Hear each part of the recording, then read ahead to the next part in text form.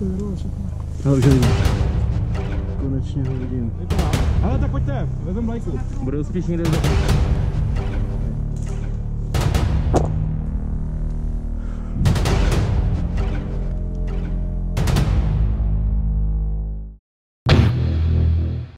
Herní vozidlo může fungovat i jako taxík pro mrtvoly, sbírat mrtví a nikdy asi není zakázáno, aby když nějaký... Čau lidi, mám tu pro vás nový videjko.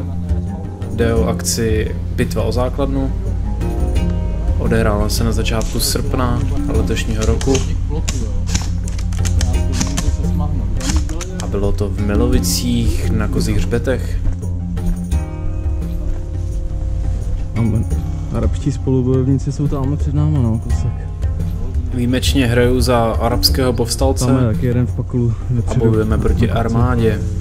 Tu tvořili z velké části účastníci airsoftového tábora, zatímco na naší neboli povstalecké straně byla směsice hráčů z různých jednotek, ale taky jednotlivci, jako třeba já. Nicméně baví mě kooperovat, takže jsem se samozřejmě připařil k jednotce SEALS, o které vím, že hraje velice takticky a vyplatí se bejt jim na blízku.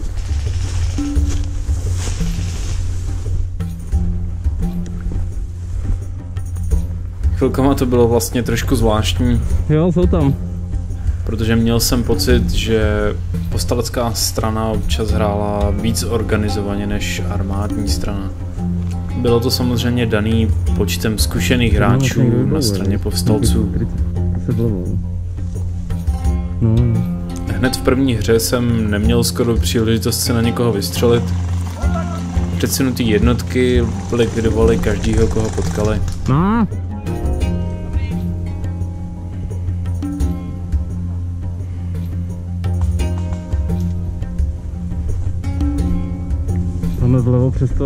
Armáda se nicméně nezalekla a odpor nějaký vytvořili.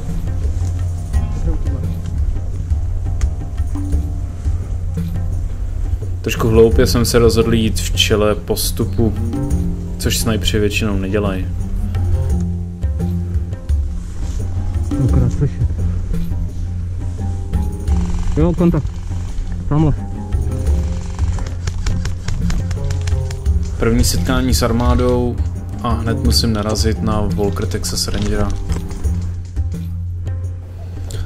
Chvilku jsem byl zmatený, jestli vůbec střílíme po nepříteli. Nicméně stříleli jsme po nepříteli. Já, že jeden z nich má jakoby westernovský klobouk, víš co? Tak mi to přijde dost podezřelý. Kdybych místo blbých keců koukal před sebe, mohl jsem reagovat trošku líp.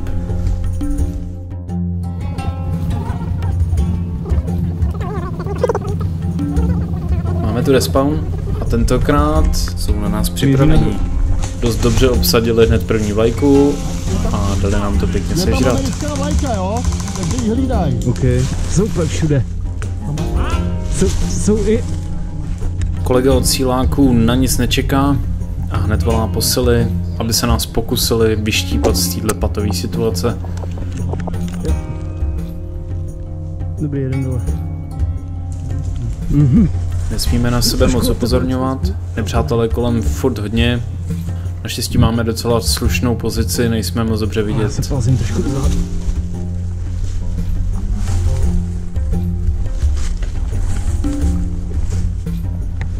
Po chvilce přicházejí konečně posily. Ty nám zajistí odvedení pozornosti a konečně se budeme moct pohnout. Část armádních jednotek se evidentně stáhla. Tamhle vraždí vidím, jasně. A nechali tady posádku, která brání vlajku. Teď mám za úkol najít a zničit každého nepřítele, co se objeví. Kolega vidí pohyb na volném prostranství, schovaný v roštích. Máš pravdu, je tam. Dostávám za úkol ho vyhnat.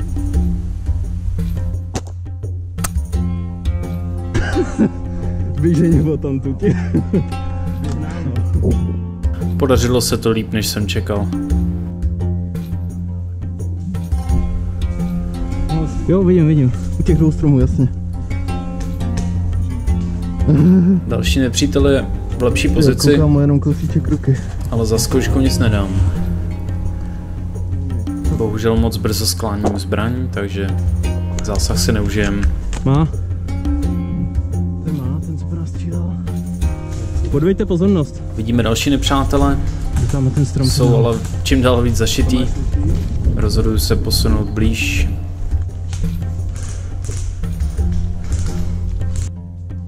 Na zastřelovacím výstřelu vidím, že mi to jde moc brzo doleva a dolů, takže se ještě přiblížím a přizpůsobím podle toho další výstřel. Díky tomu, že naši spoluhráči na nepřítele útočí zepředu, máme možnost podniknout tenhle obchvat. Paradoxně nepřítele, který byl blíž, jsem si vůbec nevšiml. To už je lepší. Jeden dole.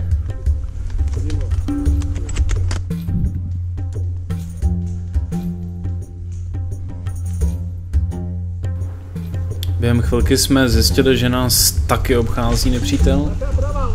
Jo. Nicméně právě v ten okamžik mě pozoroval kolega odstřelovač a na velkou dálku. Sice odrazem od stromu, ale pěkně mi jí dal.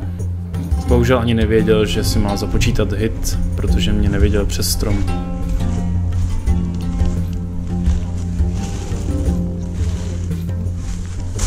Po respawnu se rovnou přidávám k útoční vlně.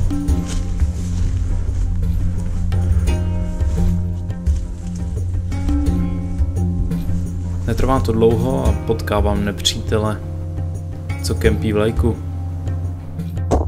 Bohužel je moc dobře zašitej, nejsem schopný rozpoznat, kam lítají kuličky, takže nebudu plejtvat municí. Nacházím si pěknou pozici, pokusím se chránit bok našich postupujících jednotek. Z tohohle valu slyším střelbu, jde o plynovku a zaručeně je to nepřítel. Bohužel se mi nedaří ho najít. Taky si všímám pohybu u první vlajky a vypadá to na armádu. Mají totiž k dispozici vozidlo, které je rozváží podle potřeby a situace na jednotlivý body.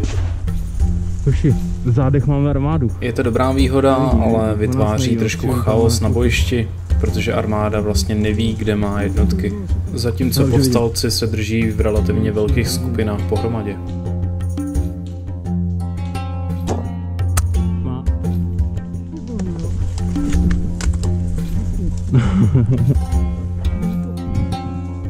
Konečně jsem si ulovil človíčka s plynovkou, který mě tam trošku štval. Zbylí povstalci útočí na další vlajky v prostoru a já s jedním dobrovolníkem jdeme omrknout vlajku první. Pár lidí je zakopaných kolem vlajky. Dobrovolníka pověřuju, ať zjistí, jestli to jsou nepřátelé. Hlavně, ať to nejsou naši. Co si povstalec nebo armáda? Co si? Armáda. Dobrý, pokračuje. No, moment překvapení už asi vyprchal. Na druhou stranu kluci jsou dost daleko, takže nemá smysl se s nimi ani přestřelovat.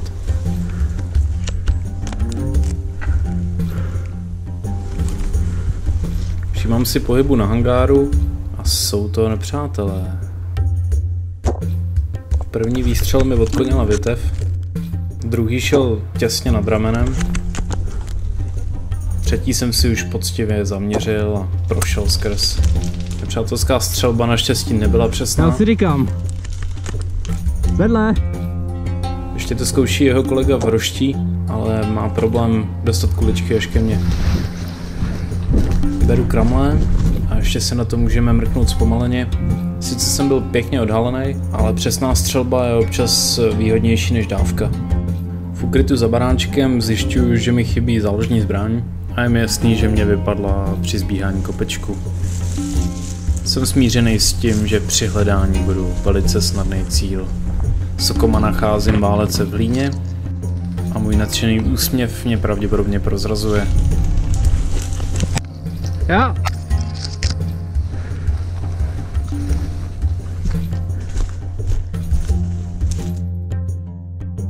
Po respawnu jdu klasicky na první vlajku. probíhal tu nějaký boj, ale evidentně jsem přišel pozdě. Trošku Mě zmátnul, jsem za to chvíli mířil. Ty jsi mě zmátnul. Stál tady takhle. Alespoň jsem potkal kolegu odstřelovače, Tesla Airsoft, mrkněte na jeho YouTube kanál. Točí na GoPro 8 a záběry jsou fakt parádní. Morálka armády pomalu upadá. Už to není to, co na začátku. Často se trousejí do prostoru v malých skupinkách, takže jsou pak snadný cíl pro zakempený skupiny povstalců. A slyšíme přijíždět dopravní vozidlo, které přiváží zrovna novou várku armádních specialistů. Měl jsem v plánu je spražit sokomem, ale pobyt v Hlíně mu neprospěl.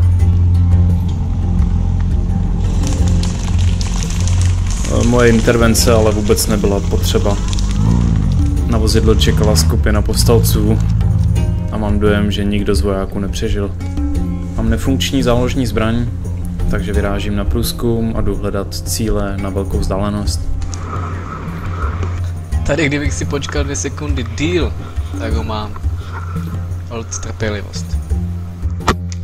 Já to znám.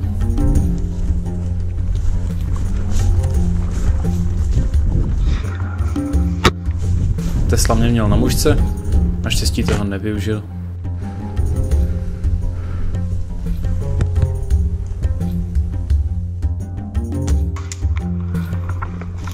Na druhou stranu nejsem na tom moc líp.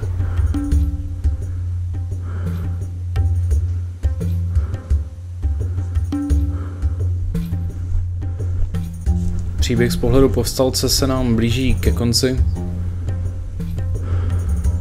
Akce skončila předčasně, protože armádní strana už se nechtěla účastnit bojů.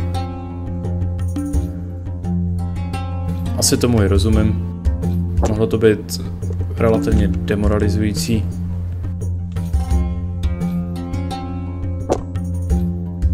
Na závěr jsem se pokusil alespoň zabrat vlajku, ale bohužel jsem byl pěkně levej. A nepřítel hlídal vlajku velice netěsno. Jo. Já vám všem děkuju za pozornost. Doufám, že se video alespoň trošku líbilo. Osobně mě docela bavilo hrát za povstalce. Určitě si to ještě zopakuju. Gameplayů mám pro vás připravených ještě dost. Musím přiznat, že to nestíhám sestříhávat. Když tak odebírejte kanál, pomůže to. A mějte se. Čau.